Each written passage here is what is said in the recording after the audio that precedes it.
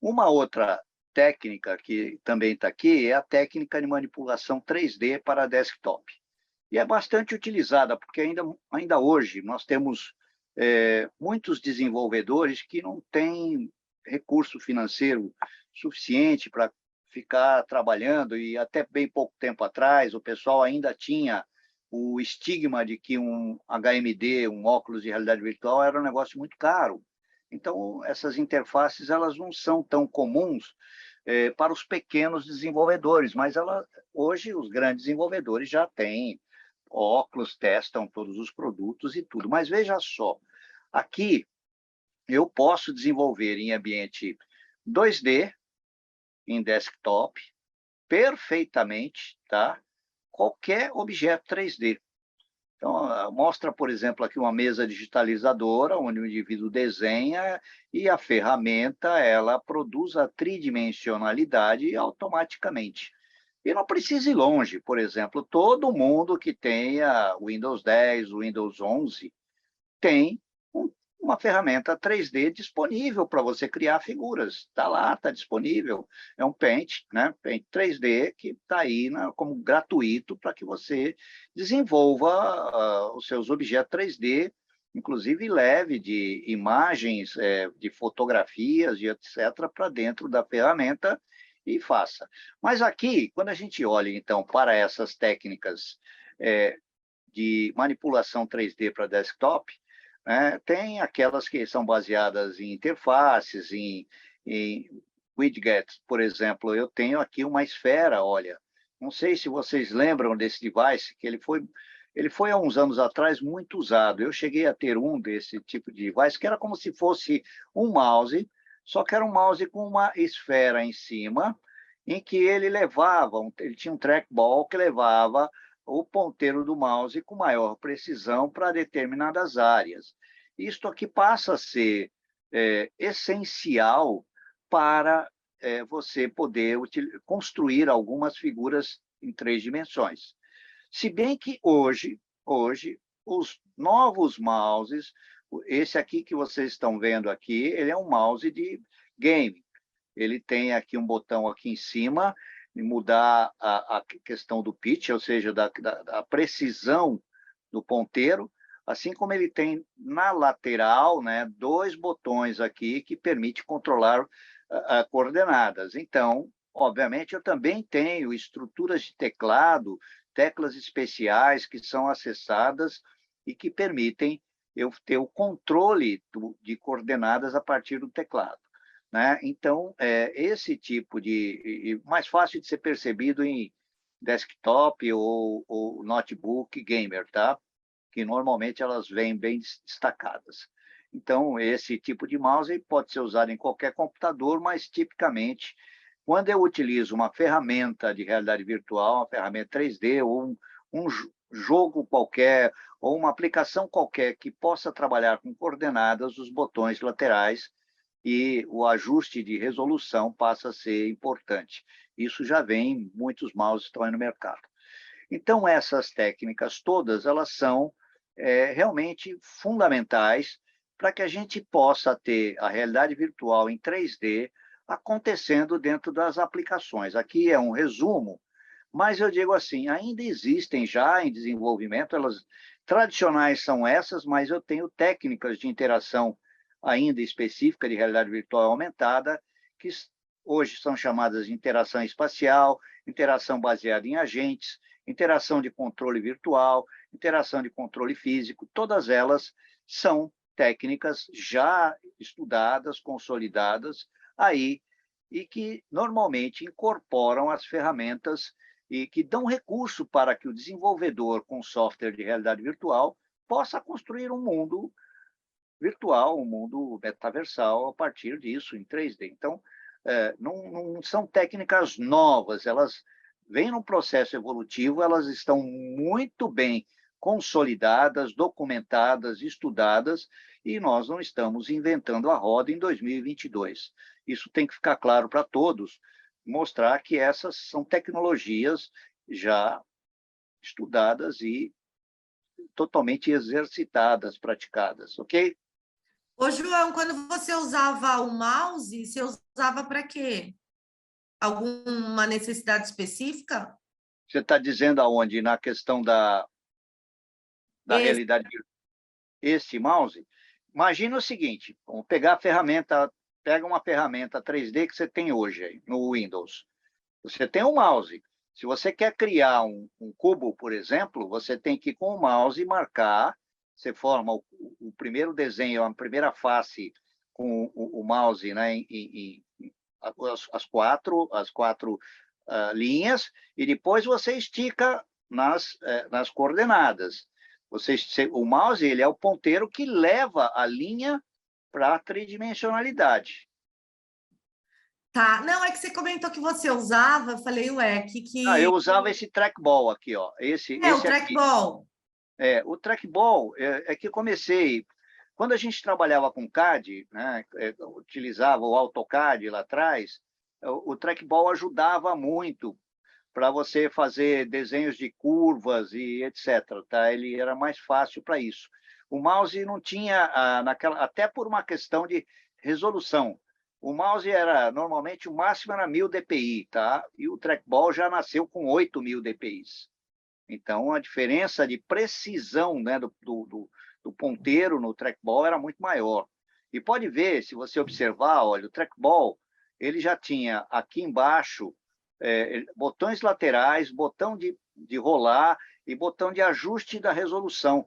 Esse é um trackball antigo e ele já tem nessa parte aqui inferior, deixa eu ver se meu ponteiro do mouse vem para cá, ó, nessa parte inferior, tá? Ele já tem o controle de resolução.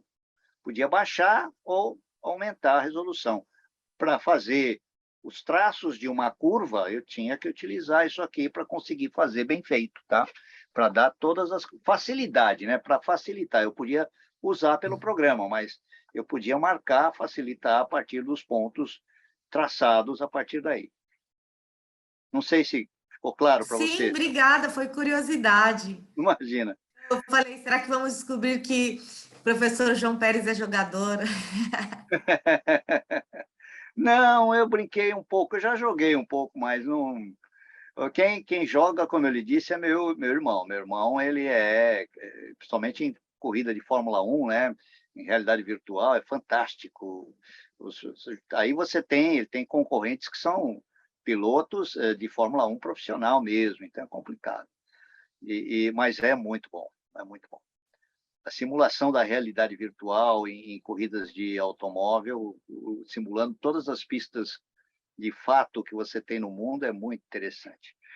Bom, mas Vamos falando trazer seu disso, irmão para conversar aqui com os alunos e passar essa posso experiência. contar posso ver se ele vem contar umas histórias aí de pescador, né? Aquelas histórias dos feitos que ele tem, né? Com a colocação dele nos campeonatos, as coisas é interessante. É tudo. O forte dele é desenvolvimento de hardware, né? De alto desempenho, exatamente para essas plataformas de realidade virtual. Então, vamos lá. Vamos falar um pouquinho de fundamento de inteligência artificial, né, aplicada a metaverso. As pessoas muitas vezes não entendem a ligação, né, disso, mas nessa visão nós estamos falando de realidade virtual e de interface, né, de manipulação, né, interface de interatividade. A interatividade dos softwares de realidade virtual, eles dependem muito, muito, muito, hoje, de módulos de programa de inteligência artificial, de subrrotinas de programas de inteligência artificial. Por quê? Porque eu tenho que ter à medida que um sensor sinaliza que o meu olho foi para a esquerda, eu tenho que ter uma inteligência que vai lá, pega aquele dado, tem uma tabela que identifique que o movimento do olho esquerdo foi para a esquerda, que o do olho direito foi para a esquerda, então o olhar foi para a esquerda, e a partir daí ele correlacione e tenha um procedimento pré-estabelecido, ou seja, ele informe ao sistema alguma coisa previamente planejada, exercitada, né? Identificada e tabelada. Então, isto é uma questão de inteligência artificial. E, principalmente, à medida em que eu subo utilizando recursos mais de realidade mista, realidade estendida, né, onde eu tenho aí agentes muito fortes, né, principalmente quando eu tenho avatares em 3 dimensões, né, quando eu tenho um avatar em 3 dimensões no mundo virtual, a cabeça, quando eu olho para eu aqui representando aquele avatar que está lá, quando eu olho para a esquerda ou para a direita, a minha cabeça tem que movimentar. Eu tenho que não posso olhar, a não ser que eu não movimente a cabeça e meus olhos têm que representar que eles se moveram. Assim como se eu der um sorriso, ou se eu fechar a boca, ou se eu abrir a boca, tem que ser representado no meu avatar do outro lado. Esse tipo de situação, ele depende muito dos parâmetros e da capacidade de análise de imagem de realidade de inteligência artificial, tá? Que estão aí. Então, todas as emoções, tudo aquilo que eu tenho, expressões faciais, o meu penteado, as características trazidas. O meu penteado é mais difícil, tá? Porque todo esse cabelo que eu tenho aqui vai ficar complicado, mas as pessoas bonitas, assim como a Thelma, com seu penteado, etc., vão ter que ser representadas nos seus avatares, tá? Então, o avatar, de fato, ele tem que ser dinâmico, participativo, e tudo isso é conseguido a partir de ferramentas de inteligência artificial. Mas eu tenho a inteligência artificial sendo aplicada para muitas coisas. Então, vamos lá. Acessibilidade multilingüe. Hoje, o multilingüe ainda está na base de texto, mas em breve eu vou ter a translação de idiomas feito por voz digitalizada. Então, a inteligência artificial hoje funciona na prática, a gente vê no Google Translator aí diariamente, quando precisa usar a ferramenta, é extremamente simples, você escreve de um lado, ela escreve do outro, no outro idioma, praticamente simultâneo, você deu Enter aqui, ela já saiu traduzido lá de lá. Então, isso acontece hoje já.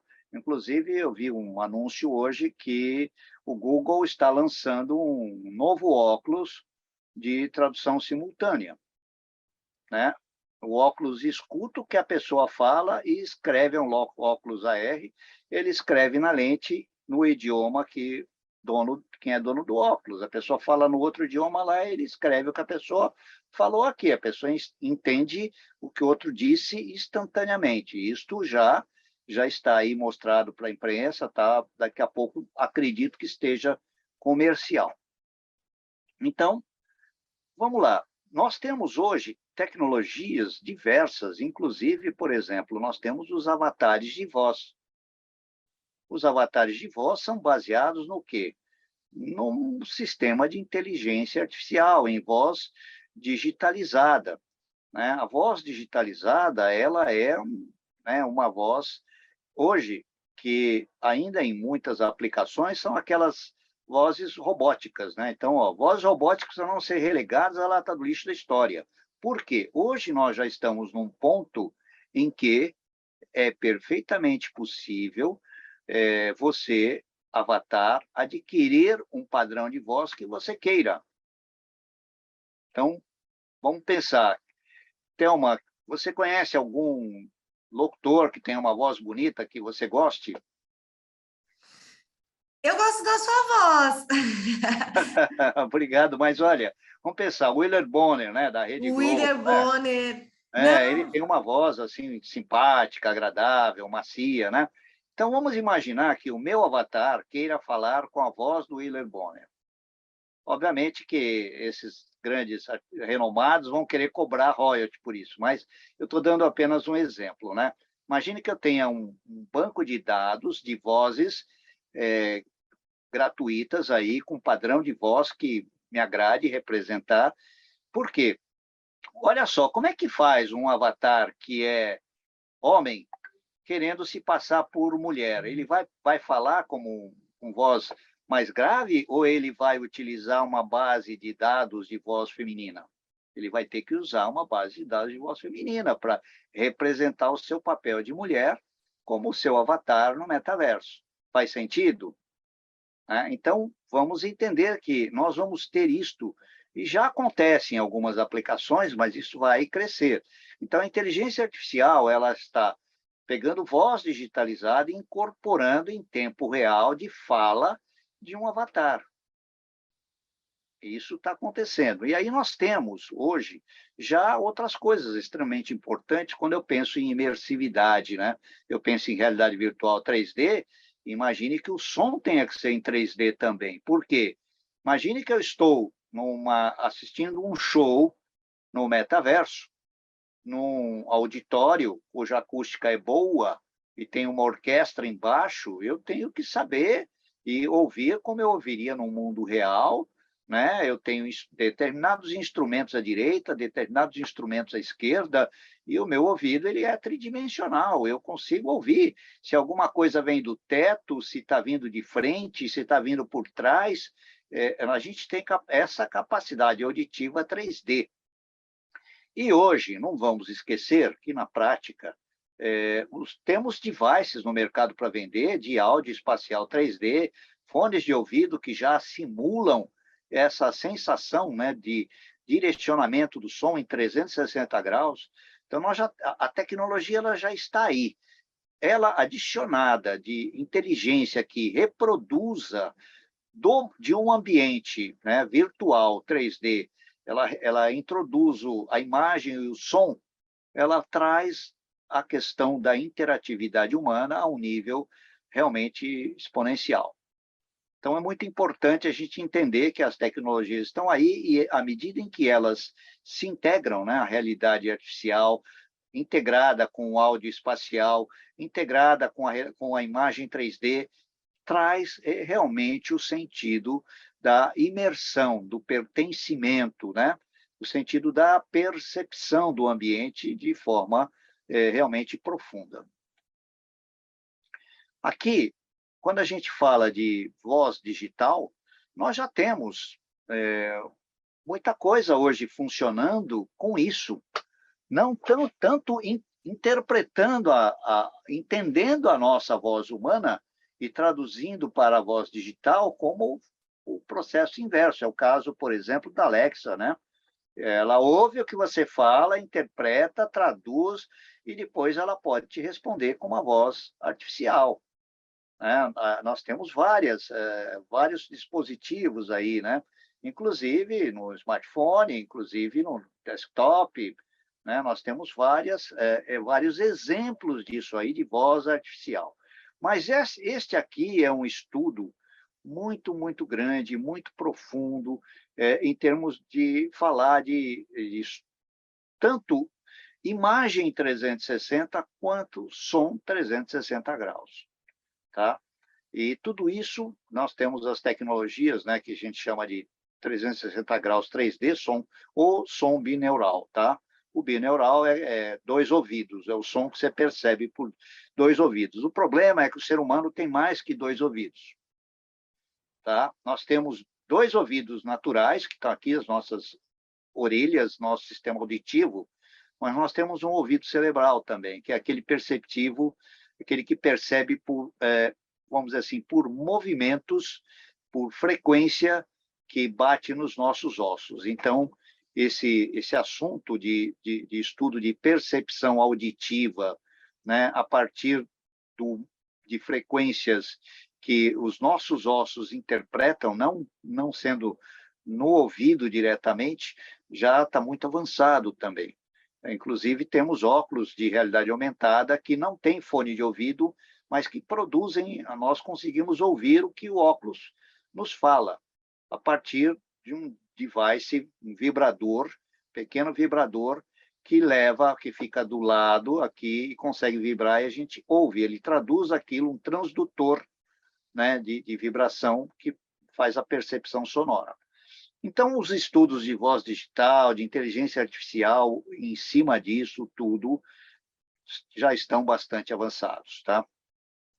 E que a gente começa a ver, então, que esta somatória toda de inteligência artificial, ela atinge um nível mais alto ainda quando a gente começa a falar de BCI, ou seja, das interfaces, né, cérebro-computador, as interfaces, inclusive nos acessórios que podem ser adicionados aos óculos de realidade virtual hoje, em que eles somam a inteligência artificial, a interface com o usuário e a interface cognitiva cerebral, de uma forma que eu consiga, através da inteligência artificial, né, somar tudo isso e ter uma resposta de interação bastante avançada. Né? E aí eu tenho toda a história ainda de evolução do machine learning, das redes neurais que estão aí, que são tecnologias já evolutivas e em plena evolução, que estão melhorando dia a dia e que estão transformando essa integração em produtos que o metaverso vai se valer profundamente em larga escala no futuro próximo. Quando eu começo a falar, portanto, né, nos desafios da inteligência artificial no metaverso, eu também tenho que pensar que a inteligência artificial ela pode produzir coisas que são boas e coisas que não são boas, né? Então, eu tenho que pensar um pouco em detalhes que hoje já estão sendo vista, né? Porque a inteligência artificial integrada à realidade virtual, integrada ao mundo virtual, integrada a metaverso, né? E tudo isso traz preocupações do tipo, bom, a inteligência artificial entendeu um processo, a machine learning criou uma interpretação, falou sobre aquilo, e a quem pertence o conteúdo criado? A plataforma? Ou ao usuário, ao avatar que fomentou que a inteligência artificial produzisse aquele resultado? Então, nós temos várias coisas críticas. Outra coisa é a deepfake, né? Que tem que ser, e a questão da transparência do usuário, porque o usuário pode estar, em determinado momento, conversando com um avatar que por trás dele, não é uma pessoa, é uma inteligência artificial. Né? Então, a gente vai poder ter esse tipo de coisa no metaverso, infelizmente. Né? Como é que fica o uso justo da inteligência artificial, do machine learning? Como é que fica essa interação? Então, existem várias perguntas ainda, por isso que nós estamos num momento extremamente propício para estudar esse assunto, porque nós vamos estar acompanhando esta evolução de perto, a ponto de ver como é que os governos do mundo estão regulando, e isso já existe muito. Esse assunto aqui está sendo amplamente discutido e regulado no mundo todo, discutido no Brasil ainda, a nível de Congresso, já com projetos de lei na Europa, praticamente já regulamentado, com muita coisa acontecendo nessa questão da inteligência artificial e a sua integração no mundo de forma geral, seja o mundo real ou o mundo virtual. Aqui, fica assim, eu posso criar um professor virtual que vai dar treinamento, mas a quem pertence os direitos autorais daquilo que for criado, né? Então, tem aqui uma série de coisas, inclusive a questão da responsabilidade. Quem é responsável por isso dentro de uma aplicação de realidade virtual?